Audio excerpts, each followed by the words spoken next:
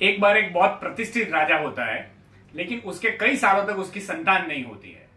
फिर अचानक से उसके जीवन में चमत्कार होता है और उसे एक संतान की प्राप्ति होती है। राजा इतना खुश हो जाता है कि उसके राज्य के अच्छे से अच्छे एस्ट्रोलॉजर को बुलाता है और कहता है कि मेरे बच्चे का भाग्य चेक करो, उसकी कुंडली चेक करो और बताइए कि उसके भाग्य में क्या है। सारे जितने भी अच्छे ज्योतिषी थे सब आते हैं और एक ही बात बताते हैं कि आपका बेटा तो बहुत अच्छा है, लेकिन ये आपके मृत्यु का कारण लेके आया है। इसके आने के 10 साल के बाद आपकी मृत्यु हो जाएगी। राजा उन सभी को जेल भेज देता है, इतना क्रोधित हो जाता है और उसकी बात सुन के सभी को जेल में डालने का हुक्म करता है। कई टाइम के बाद एक विख्यात ज्योतिषी उस गांव में आता है। राजा फिर से पूछता है कि क्या आप मेरे बेटे की कुंडली देखोगे। वही गणित के साथ वो ज्योतिषी फिर उस बेटे की कुंडली चेक करता है और चेक करते ही इतना खुश हो जाता है और कहता है कि आपका बेटा इतना भाग्यशाली है कि आने वाले 100 साल तक वो बहुत अच्छा राज करेगा।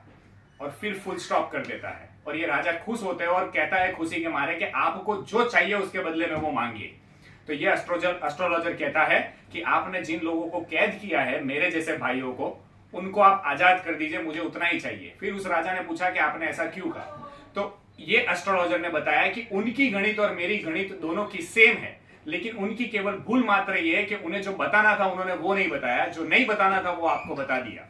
तो दोस्तों, हमारी लाइफ में हम जो ज्ञान लेते हैं, जो ज्ञान पाते हैं, केवल उसका मूल्य नहीं है, उसे किस तरह से कम्युनिकेट करते हैं, किस तरह से प्रेजेंट करते हैं, उससे आपकी लाइफ की वैल्यू होती है। आपने डिग्री ले ली, आप डॉक्टर बन गए, लेकिन पेशेंट से किस तरह से आप कम्युनिकेट करते हो उससे निर्भर करता है कि आपके पेशेंट कितने ज्यादा जल्दी और अच्छे से ठीक हो जाएंगे। तो हमेशा अपने जीवन में जो भी आपके पास स्किल है, ज्ञान है, नॉलेज है, लेकिन उसके बाद एक इंपॉर्टेंट पहलू यह भी है कि आप उसको सामने वाले को कम्युनिकेट कैसे करते हो।